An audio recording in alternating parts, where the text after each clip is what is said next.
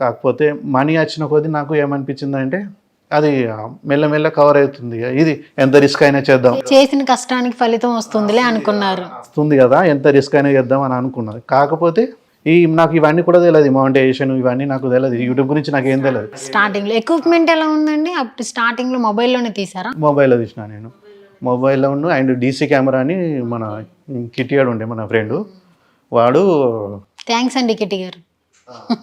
ఆ కిటియాడు DC camera తీసుకొచ్చిండు. So దాంతో ఫస్ట్ ప్రాంక్ తీసింది దాంతో.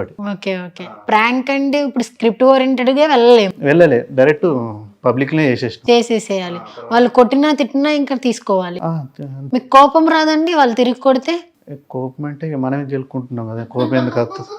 ఇక వాళ్ళు అన్న ఏదన్నా అది వెళ్ళాలి వాళ్ళు అమ్మానండి. అంటే ఇప్పుడు తిడతారులే, మహా అయితే తిడతారు, ఏమంటారు అనుకొని వెళ్తాం. వాళ్ళు ఇంకా సీరియస్ అయిపోయి కొడతారు, అప్పుడు మీకు ఏమనిపిస్తుంది? తిరిగి కొట్టాలనిపిస్తుందా?